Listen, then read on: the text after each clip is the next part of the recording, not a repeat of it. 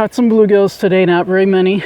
It was a week after last week when I did really well at the same lake. And I don't know what the difference is, if they had sprayed the weeds. They did seem like they were dying, some of them. And that can make it not as good when the weeds are dying. But here's a bluegill. Here's how we hold a bluegill. Like this, so that that dorsal fin is down when that fin is up. Boy, those things are pricky. They really hurt. Those spines on the top of the dorsal fin. So this is how we hold a bluegill, with those fins down. When I'm unhooking one, I often grab them like this. But again, the fin is down. I kind of make sure it's down by doing this kind of a thing. This is a bluegill. See the gill plate? These are the gills, and that plate has that little flap. That little flap is blue on a bluegill. On a sunfish, you can often tell it's a sunfish by the sunny colored belly. But on that gill flap, it's not just blue, but there's a little bit of orange there too.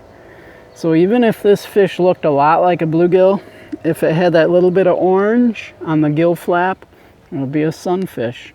Sunfish, bluegill, same family. Actually, largemouth bass is in the sunfish family as well. So I'm going to clean these fish. Well, I'll start with this one right here. It's a smaller one. I'm going to take my knife, and with this part of the knife,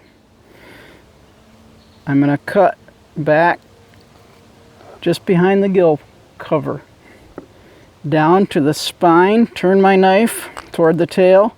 I'm cutting right along the spine now. Right along the spine. Feeling that spine. When I get to the anus, I cut through. And then on a downward angle, feeling right along the spine. To the tail, I don't cut through there. I leave that attached. Did you see what I did? I brought that knife back this way, cutting right along the ribs. Near the ribs, I'm carving around the ribs. Now I got enough where I can grab it with my thumb and forefinger, so I can hold it, and while I'm holding it, I cut right along the ribs. This one I left some skin there. I wish I hadn't done that. I wish I'd have got that whole piece of meat there. Didn't miss much on a little fish like this. Now I've put that flap of meat down, and I cut at a slight downward angle, not through the skin, but right up against it to get that fillet off. This is the fillet with no bones in it. I'm going to do it again on this side, cutting through, and then I do the carving with this part of the knife, the filleting, the delicate work I do with this part of the knife. Right along the spine, get to the anus, punch it through. Now I'm going to carve it around the ribs. I got enough to grab it with my hands, my fingers.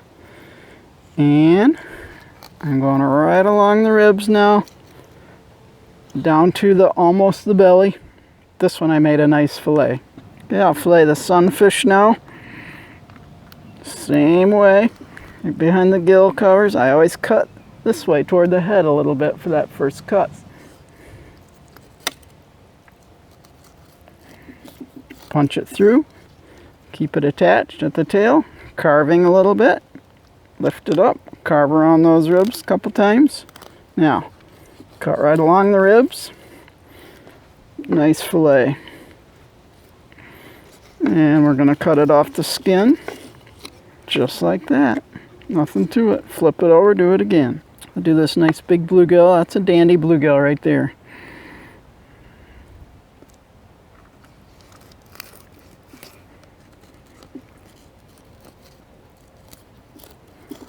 I was hoping to get a meal fish, but really didn't do it today. I don't know why.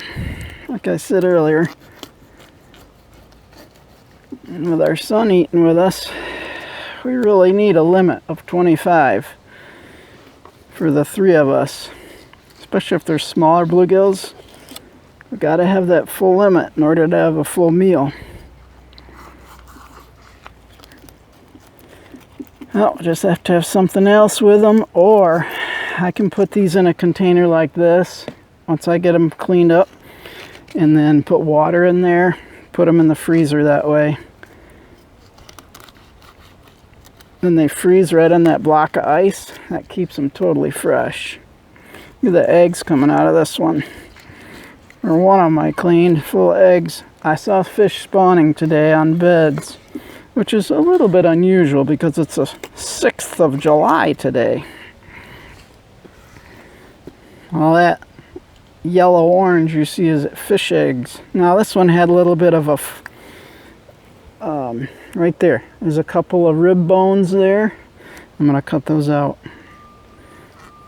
Carve those right out of there. Nice, I got them out. Now I don't have to eat those.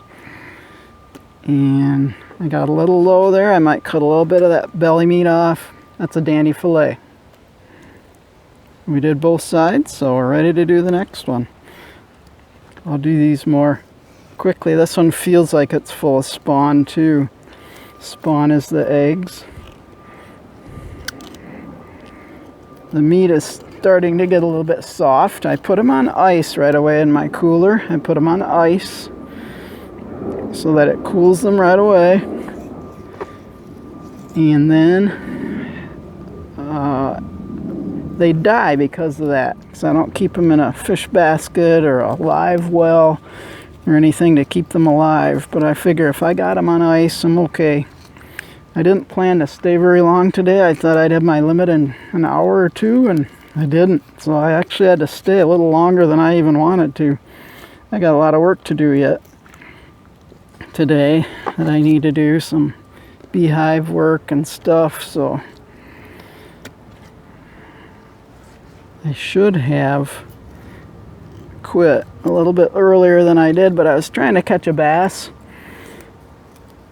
If I got one keeper bass with these bluegills, that would have been a meal for the 3 of us. It would have been nice, but every bass I caught was undersized. They got to be 14 inches. I had a bigger one that bit and it broke my line. I felt it pull and then the line broke. It was kind of disappointing because I wanted to see what it was. This is not a big one at all, but it's a medium size. It's the kind I like to clean because it's good eating. And there's a lot of this size in the lake, so I don't feel at all guilty taking a few like this to eat. The bigger ones I like to put back. Big bluegills, big bass, I like to put back in the lake because that way those big fish genetics get passed on. See the eggs in there? See the orange? That's eggs. Here, I'll slice them open a little bit. There they are, eggs. Spawn. It's fun to clean fish in front of you, and we'll see how this microphone works. Hopefully we'll use it more often. Bye everybody. Here we are at the kitchen sink, and it's time to wash those fillets. Let's get them nice and clean. I don't like any scales on them. It grosses me out. If I get a scale in my mouth, I don't like that. So I got cold water going here. I'll take a few fillets in my hands. Do like this. That gets all the blood out and sliminess off. And I do each one individually. One side, then the other. Put it on the sink. One side, then the other. Each time I'm feeling for scales and making sure I got them all off. That's why I do them individually, one at a time. I'm also looking for little white grubs in the meat. Sometimes you get the little teeny tiny white grubs in the flesh. It's not a problem. I know it sounds really gross, but when I see them, I just pinch the flesh and pop them out of there. If you miss them, no big deal, because they don't hurt you. I hope I see one now that I mentioned it. This one has some grubs. We call them grubs. They're not. They're those little black spots on there. I don't know if you can see them or not, but a little black spot there and there and there. I forget what that's really called, but it's not a problem. Some lakes, the fish have more of those spots than others.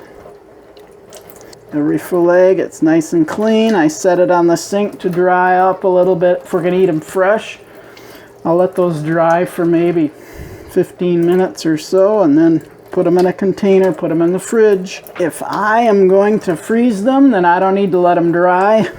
I just put them right into a container. Okay, while I'm cleaning the fillet, sometimes at the top of the fillet I'll find a little piece, like up by the dorsal fin this would have been. I can just peel that right off. Just something I don't want to eat, so I peel that off, throw it away. If I'm going to freeze them, I'll put them right into a container and put water in there. Make sure they're submerged in water and put them right in the freezer. I felt the scale on my hand, so I made sure to get that scale off before I keep going here.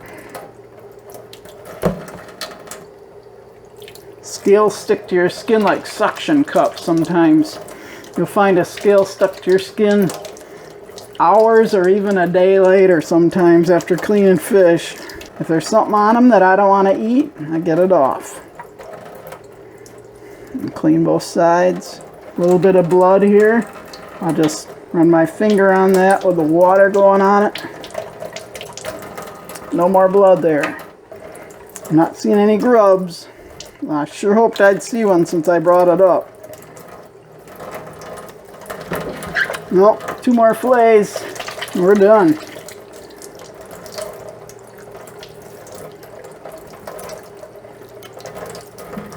That's it. We're done. Washing out my container because I'm going to freeze these. This is what I had the bloody fish meat in. So I'm making sure that's clean. Got to make sure I got a lid that fits it. I don't see a lid that fits that, so I'll get out a different container. Got a lid that fits that one.